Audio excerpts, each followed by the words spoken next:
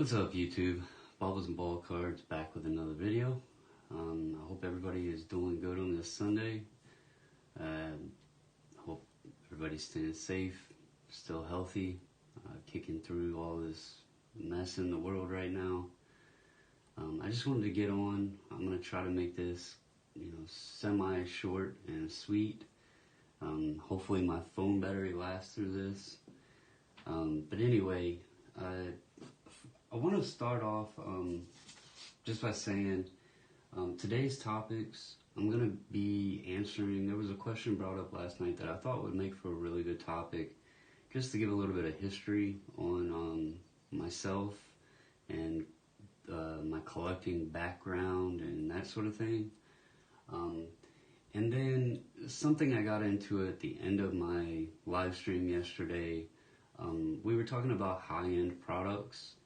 And I just wanted to discuss a little bit about different levels in the hobby. And then what I choose to buy or collect, or how I go about purchases or what I collect, and my reasoning for that. Also, I just want to explain this because I got into talking about it, and then I ended up, getting off. And then when I got off, me and my wife were discussing it, and I kind of got her point on it.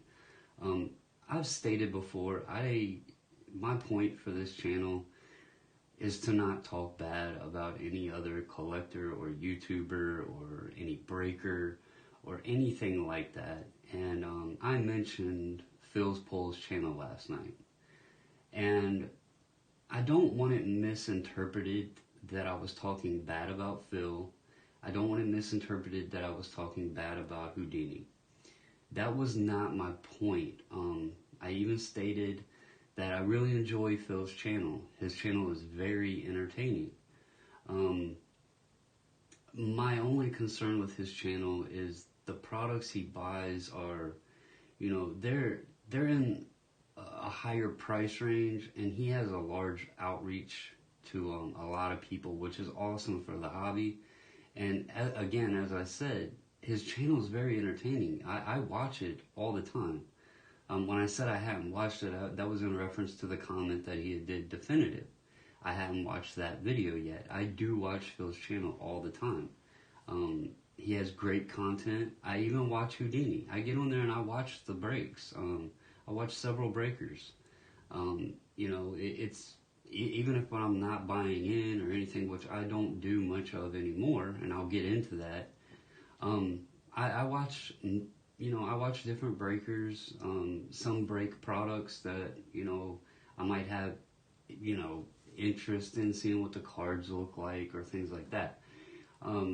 There's nothing against people that want to do that, and that's what I want to get into with where the different levels are, what my choice is, and why I made that choice.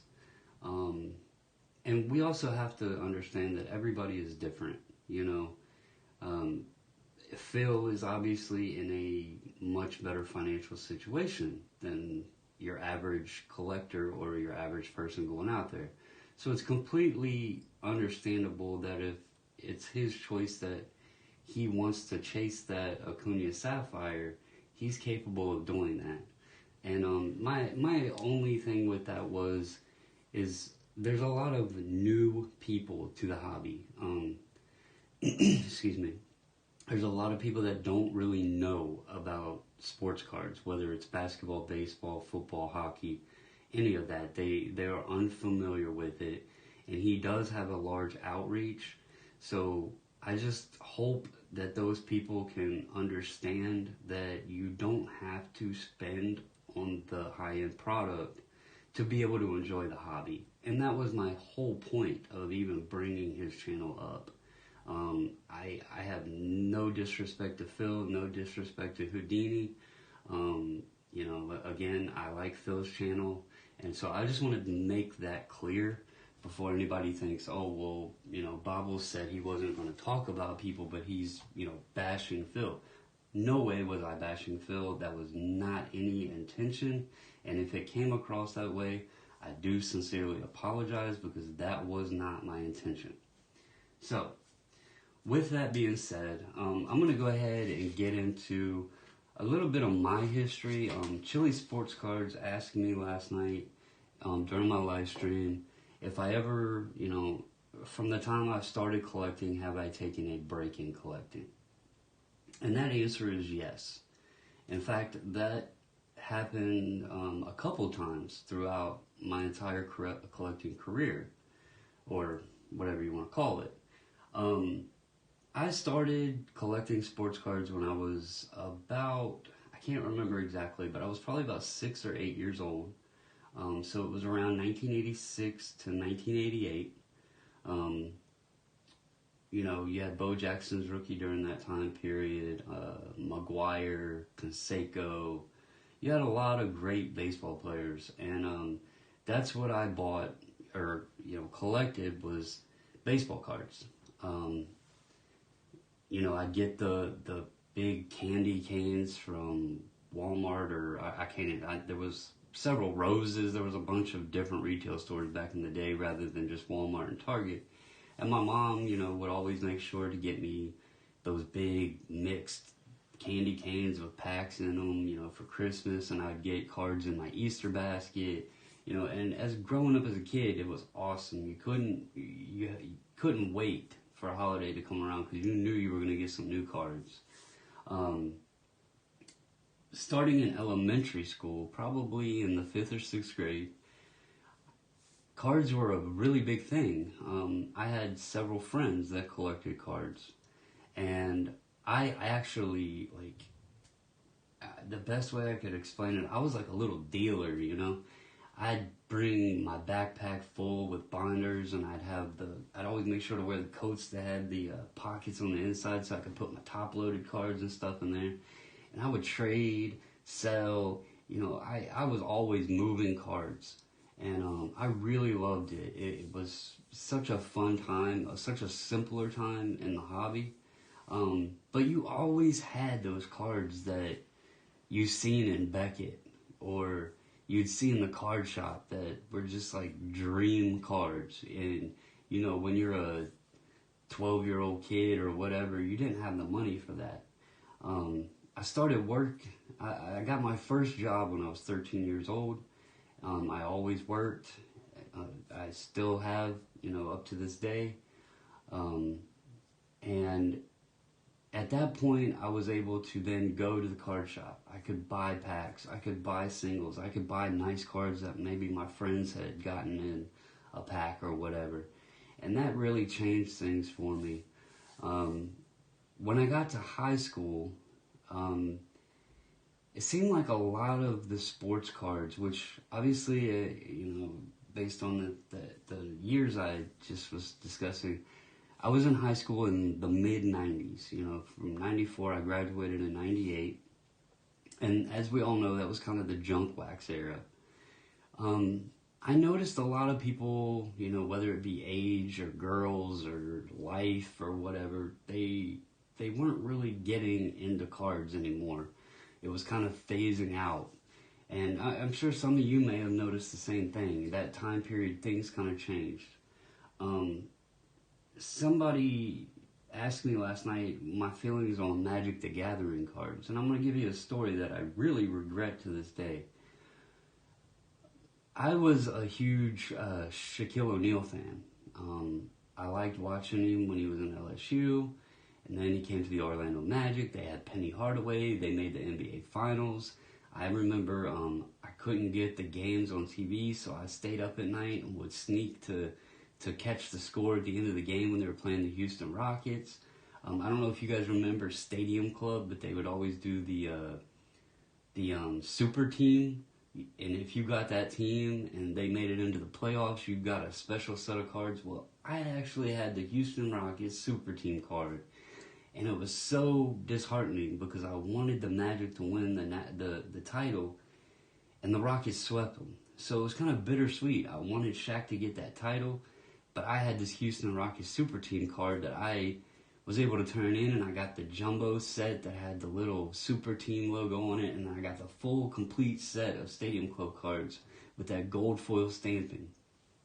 So, anyway, I collected Shaq. I had a binder full of Shaq rookies. I had Penny Hardaway rookies. Loved the Orlando Magic. Loved Shaquille O'Neal and Penny Hardaway. Unfortunately, cards kind of like I said, were phased out in sports. I didn't see many people collecting. I didn't have friends that were collecting. I didn't have people to trade with. The hobby shops were kind of slow. I had 2 hobby shops in the town. One was just a very small selection of a bookstore. The other one was an actual sports card shop. But Magic came around, and I noticed a lot of people starting into the Magic the Gathering. I took my entire binder of Shaquille O'Neal and Penny Hardaway cards to the card shop, and I traded them for Magic the Gathering cards. A decision that I regret till this day. To make that regret even worse, as I look at those alpha or beta or whatever they're called, I can't even remember, Magic cards, and I know I had some of those, and them things are ridiculously priced now. So not only did I give up my Shaq and Penny Hardaway collection, but I also traded them for cards that potentially could have been worth a lot of money that I never would have dreamed about, and I don't have those either. So a huge regret in my collecting history. Anyway, like I said, I graduated in 98. In 99, I actually moved to another state. I was away from my family and everything. I was kind of in this weird period of my life. And I didn't get into sports cards at all.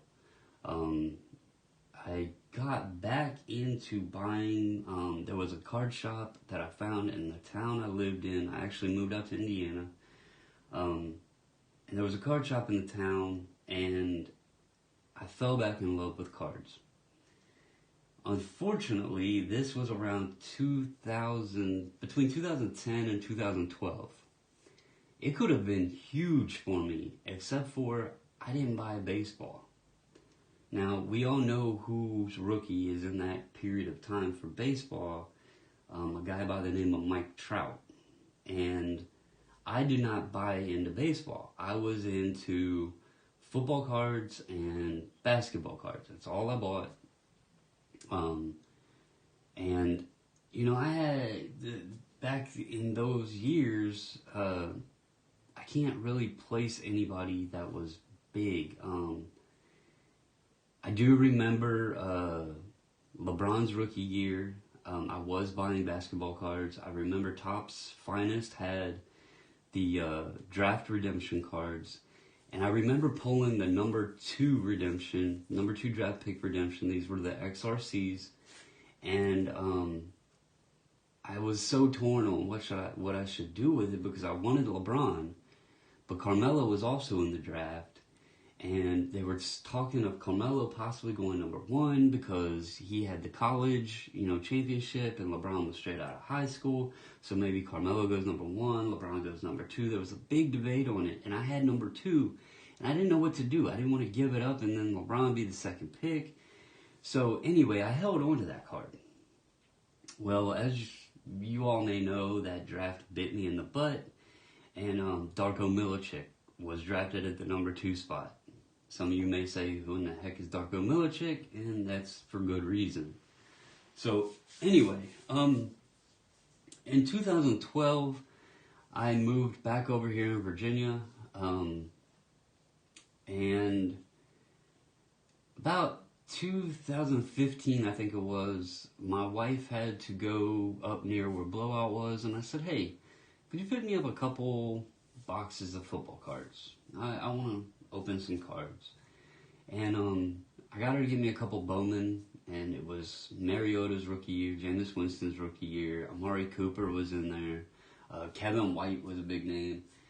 Anyway, and I've always done good with Bowman, and I did really good in that one. I got an Amari Cooper auto, I got a Kevin White 101, as well as another Kevin White auto. So it was great, but I didn't really get heavy into cards. I just, there wasn't a lot of shops around. I didn't really pay attention at Walmart or Target. And, you know, it's like a 40-minute drive north to Northern Virginia for me to get to Blowout, so I didn't go up there very often. When the time when I really got back into it was in 2017. We kind of found online breaking, and we started buying into breaks, and it was really fun. We originally started in football, and I'm a Ravens fan, so, you know, it's kind of tough to hit, you know, a Ray Lewis or somebody like that. We did end up pulling one, but my problem was I always found I was chasing, like, just from my PC, and the Ravens were kind of not a team that hit very often. We got into baseball after watching the Cubs win the 2016 World Series. We got really into baseball, watching that history, seeing the excitement. That World Series was completely awesome. You know, Cleveland, whether they won, or the Cubs, whether they won. It was two teams who had had a long historic drought. It was really fun to watch, and it got us really into baseball. So at that point, we started buying baseball cards. From there, again, we were into breaking, and this is where I'm going to tie into the high-end products. We were buying into Definitive, we were buying into Diamond Icons, you know, these higher tiered products, Museum Collection, Triple Threads, Tier 1, you know, those kind of mid to upper tier products. And we thought that we had, even when we were just doing football, we thought, well, we have to get the autos. And I was finding it's very hard in a lot of these products that are limited in how many number of cards are in the boxes to hit an auto for one, your team, but for two, a good player to get your value back. We did a few nice things, you know, here and there. We got an Aaron Rodgers auto one time that was awesome, a Peyton Manning. But more often than not, we weren't getting the wow factor. And it kind of made me realize at that point we needed to adjust our collecting habits and our buying habits. And I have nothing against people that collect the autos. It's awesome. I have plenty, but I adjusted our mindset. Me and her discussed it, and we just went about going things a different way. I'm actually friends with one of probably the largest breaker. I don't get on and do breaks very often, if at all, anymore. But I still consider them friends, even though we don't talk much, or I don't get on and chat or buy into breaks anymore, because they were very awesome people. To me, my family, my wife, they're great people. Sometimes they get a misconception, but it's platinum card breaks. Shout out to GMEGs if you guys happen to sit and watch. I know you guys have a hectic schedule with the kids and everything, so I don't think you watch many just random YouTube videos. But anyway, I love those guys. I don't break anymore.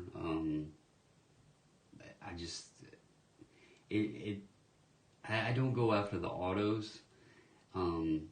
So for breaking, it doesn't make sense for us to spend, 100, 200, how much ever into a break, when really all I'm going to be doing is probably selling the cards, because I'm just not, I have a specific collection that I like to PC, which is my Nats collection.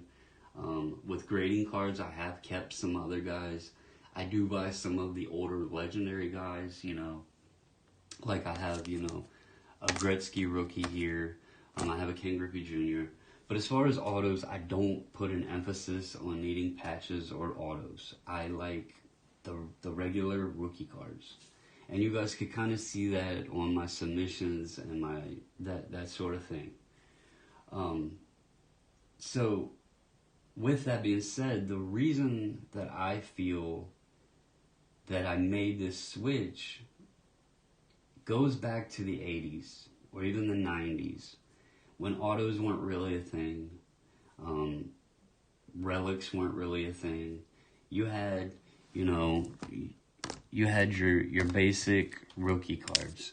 You had the Gretzky, you had Ken Griffey Jr., iconic card, both of those iconic cards, LeBron.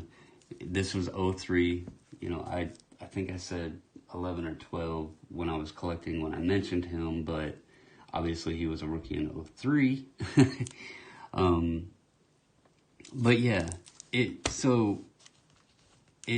kind of brings me back to just the basics. Another reason I like it is, and I'm going to flip over here to my other screen real quick, and I'm going to show you 2020 Topps Definitive.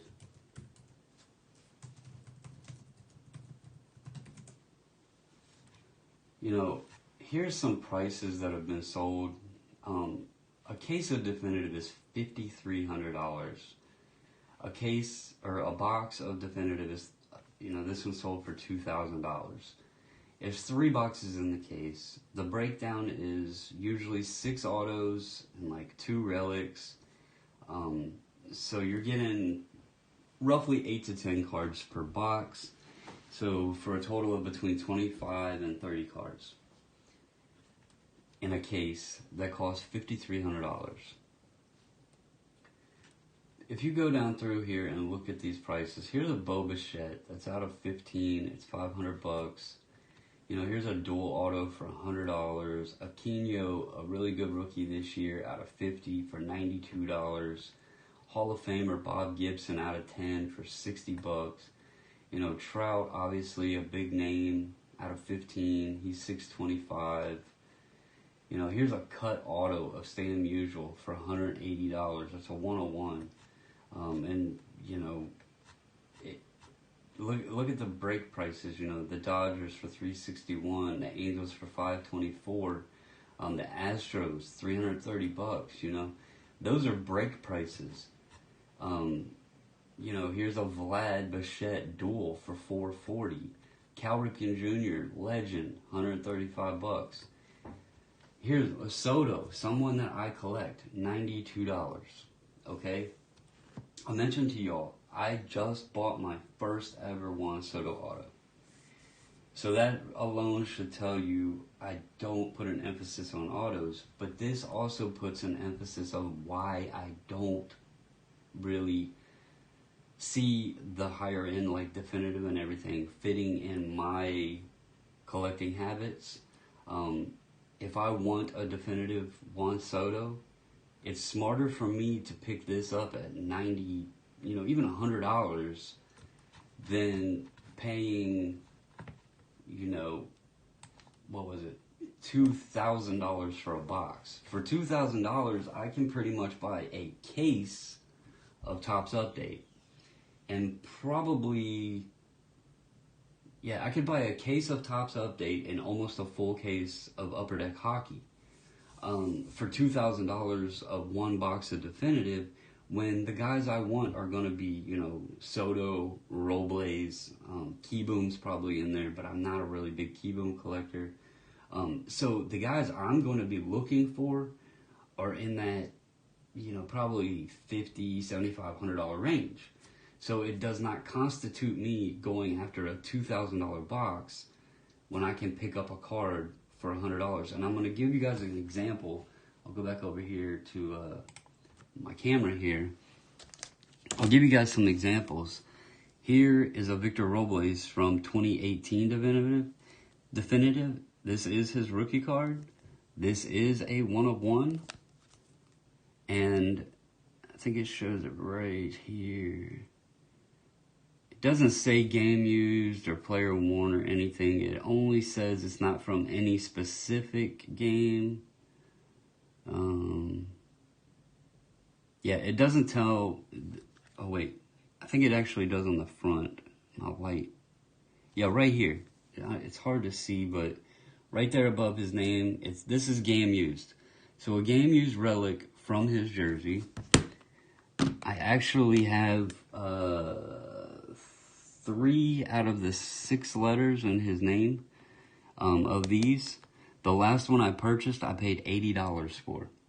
Okay, so a 1/1 game used logo or game used letter from his jersey, I can pick up for $80. That's my reasoning. This is out of museum collection. I've showed this before. This is a Logo Man. It's game worn. It's 1/1 right there. I have this in here because this mag's too thick for this. My card shop didn't have the right size. I actually probably overpaid on this. I paid $250, but it was the first Logo Man of his that I had seen pop on eBay, and I have followed Victor ever since Single A. I have that card with me and my kids with him, so he's an important player in my collection, and I wanted to have his Logo Man. So I paid $250 for this, and this is out of museum collection. So again, I got a card that there's only one of that's very, very hard to hit, of a player I want for little, probably less than I would spend on a box. Inception is a pretty nice product. It's gotten a lot of hype this year because obviously people are not sure of the future of card releases and the patches and the autos. We obviously know now Definitive came out, but Inception is a nice product. For the most part, I believe this year was a little more pricier than it has been in the past, but I like Inception. It's a cheaper product, and I can get Inception cards really, really cheap with these awesome designs, nice patches. They're not, this one's player worn, so it's not game worn, but it's still an awesome patch auto. They are sticker autos. Some people don't like sticker autos, and I completely understand that. Here's another one. This has a piece of the letter from Robles jersey, has his auto on there. Another nice card that's very cheap. But it looks awesome in my collection. So what I do is I like purchasing singles of the higher end products and then opening packs, grading, selling, and collecting base rookies. When I say collecting, that's guys that are outside of my Nationals PC. That's, the Griffey and the LeBrons, things like that. I collect those guys, but I guess it doesn't make sense. Nationals are my main collection, but then I do collect other things to make that more clear. Anyway, so like these. I bought a lot of Prism. I bought a lot of Optic. And obviously, Luka and Zion are your two big names.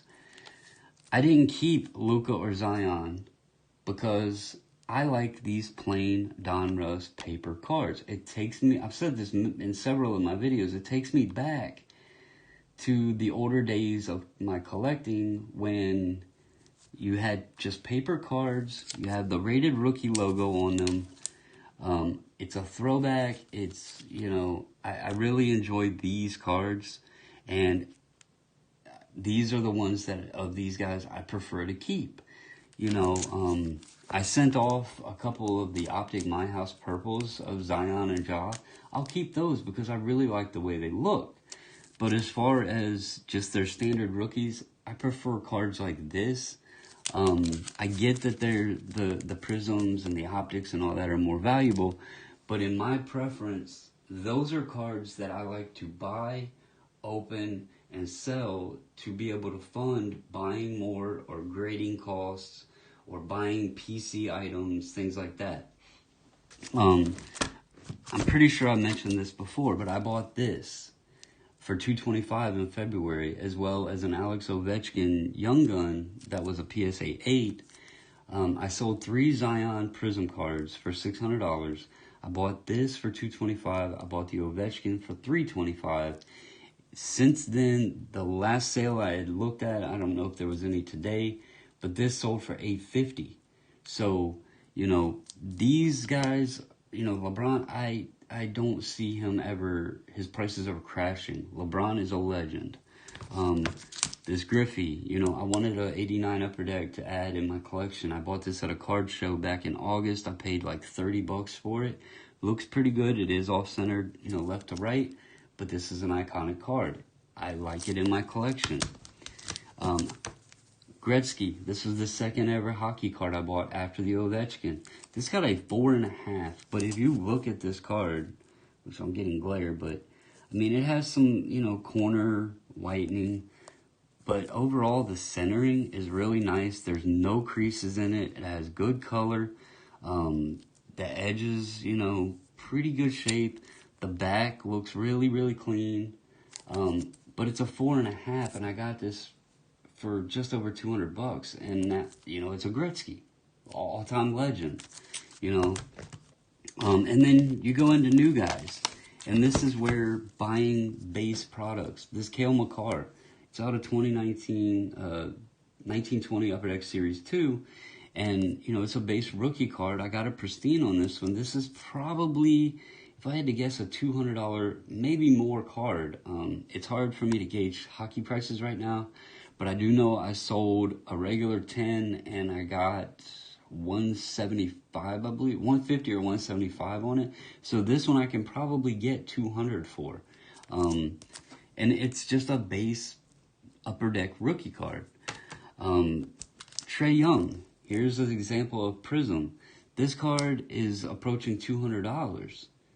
I mean, just for a simple base rookie. This isn't a silver, you know, nothing like that. Just a base simple rookie card.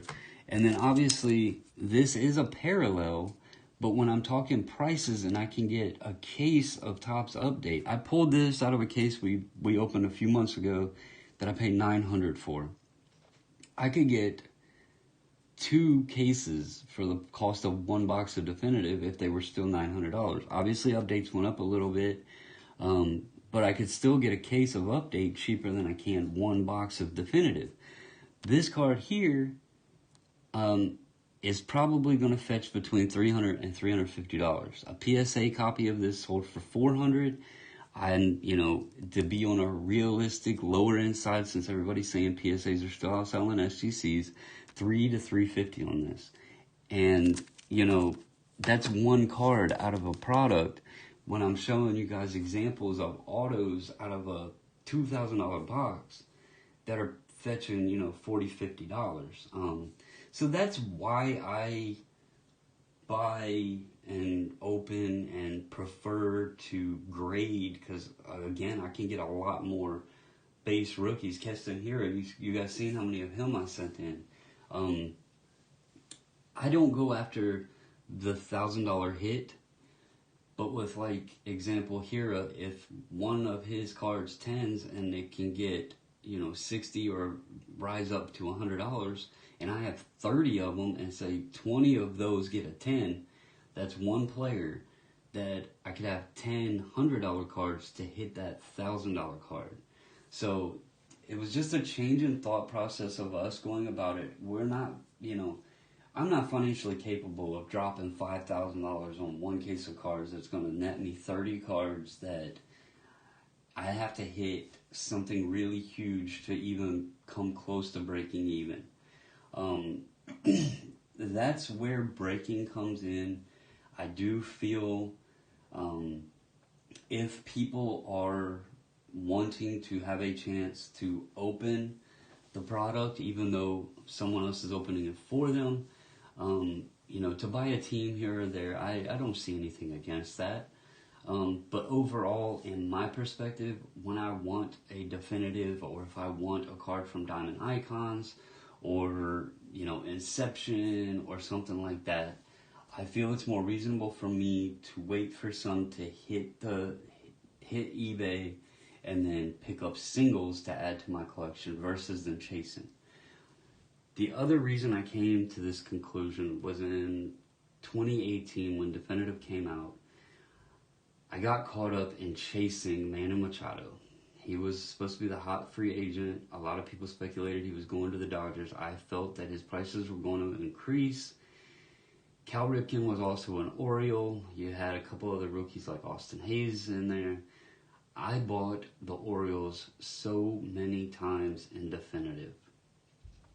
I literally probably spent a couple $1,000, and I got caught up in not hitting him, not hitting anybody. I didn't hit Cal Ripken, I didn't hit Machado, but it was that chase. You know, cards can get you into that chase mode sometimes where you're overspending and overbuying. You just, oh, it's got to be in the next case. Oh, you know, I got to hit one soon.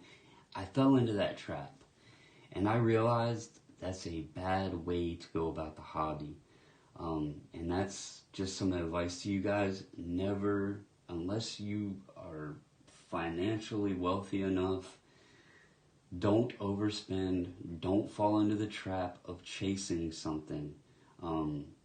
You're more likely to be able to buy that card way, way, way, way, way cheaper than you ever will trying to hit it from a pack. So anyway, there's a little bit of background on my collecting. I hope this has been somewhat informative to you guys, and just give some background to me. This channel is not to compare with anybody else. We all, you know, you have different levels. Like I wanted to get into that too. You have your basic tops. You have, you know, tier 1 triple threads, Inception. You have, and I'm gonna miss some, but you have definitive. You have diamond icons. You have many products out there, and each product is good for different individuals, whether it be your collecting style, whether it be your financial capability, whether it be whether you're trying to sell and make a return investment, or whether you're trying to collect and you don't really have a specific narrowed down collection. You may only like Hall of Famers, you may only like autographs, you may only like logo patches. I mean, everybody, and that's what makes this hobby wonderful, is everybody can have different aspects and different approaches to it, and there is no right or wrong.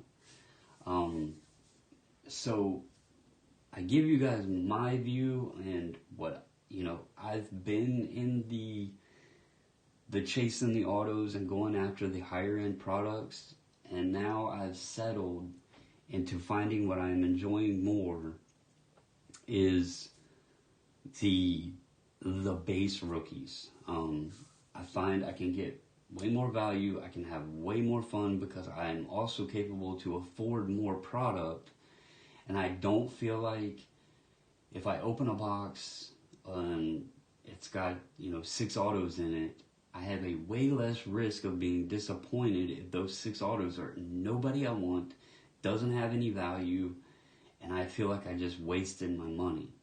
If I open, you know, some blasters or some fat packs or even a full case of tops, no matter what, I'm going to have a good amount of the base rookies that I can grade and get value out of, and I don't necessarily have to hit the big card. Essentially I'm going quantity over quality, I guess, in an aspect, because I'm not searching. Like, example, this was a pretty awesome hit the other night out of our case, this Vlad auto. It's numbered, you know, out of 99. It was out of a silver pack, Vlad rookie auto, really cool card. I love the Mojo design on it, but I'm not really worried about keeping this card. It's not, I'm not going to get it graded, and I'm probably going to sell it, because, again, I collect Victor, I collect the Nationals, but I'm not too worried about having a Vlad auto. So anyway, guys, if you have any questions or any input on anything I said in this video, feel free to reach out to me or comment. Let me know let me know how you go about the hobby. you only buy singles. Some people may only buy singles, and that is great, you know. We all have our approach. We all enjoy different things, and that's what makes this hobby fun. So anyway, with that, I'm going to go ahead and jump off of here. I hope everybody stays safe. We're getting into the new week. I will be going back to work tomorrow, and I won't be on a second shift, unfortunately. I'm not very enthused about that, because I wanted to make sure my family is safe and protected, but unfortunately I was put into a situation through my employer that I can no longer make that choice, or else I relinquish my job. So that is unfortunate. But anyway, I will continue to try to make content as much as possible, and I do appreciate that you guys watch the videos and give me the feedback and that you've been enjoying them. I will be deciding here soon and announcing when I'll be trying to keep the schedule going for live videos, because I really do enjoy chatting with you guys. But anyway, for now, guys, have a good week. Stay safe, stay healthy, and until the next video, I'm out.